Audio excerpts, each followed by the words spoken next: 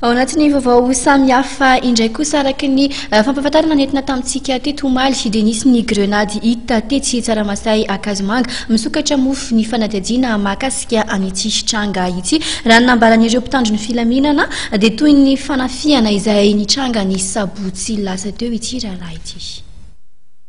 Toy in'ilay fifanafiana ny asabotsy lasa teo izay nandrobana toeram-pisakafoanana iray tetsy Antanimena no nahitana ny grenady offensiva iray tetsy Tsaramasay ny Omaly alina.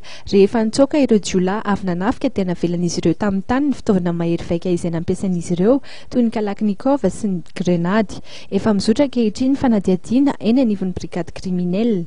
Mandrainy anketiny moa dia niary amin'ny brigady kriminel fa hatramin'izao efa misy olona vitsivitsy ihany teo amin'ny efatra teo ihany efa objet d'enquête mahakasika an'izy iny izay tamin'ny fotoana izay nitrangany ny fanafiana iny dia hita tamin'iny secteur tamin'ny faritra iny. Ohatr'izay moa dia nilaza ihany koa ny avy eny anivon'ny polisy fa efa mandeha ny fikarohana ireo nanao fanafiana tetsy amin'ny Access Bank ny herinandro lasa teo.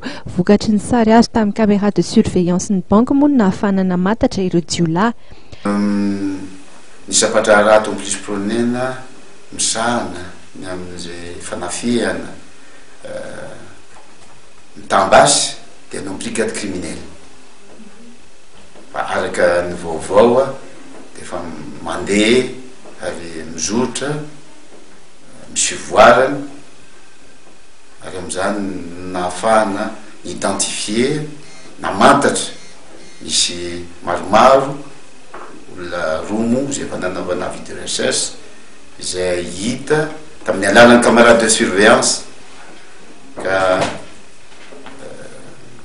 efa karohana amin'izao fotoana izao.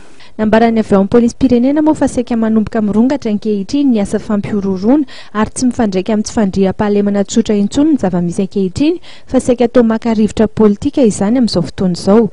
Tsindrin'izy ireo hatrany fa ilaina foana ny fiaraha-miasa eo amin'ny fiarahamonina sy ny mpitandro ny filaminana anafainganana ny asa sy ahitana haingana ireo mpanao ratsy.